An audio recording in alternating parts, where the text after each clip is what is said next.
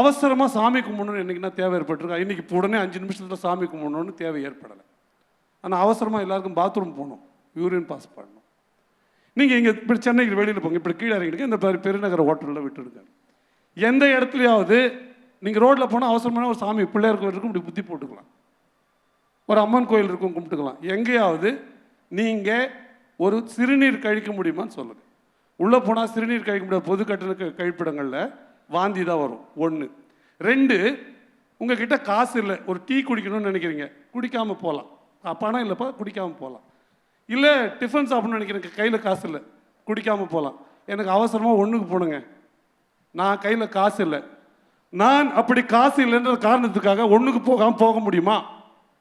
இன்னமும் அப்படி தானே இருக்கு. சென்னையில் சொல்லுங்க, நீங்கள் மனசாட்சியோட இந்த எல்லா பிள்ளைங்களும் ஒரு நேரம் இல்லை ஒரு இருக்கு. நான் ஏன் சொல்ல வரேன், நீங்கள் 60 ஆண்டு திராவிட கால ஆட்சிக்கு பிறகும் எங்கே புறப்பட்டமோ அந்த இடத்துல தான் இருக்கும், இன்னமும் அங்கே தான் இருக்கும்.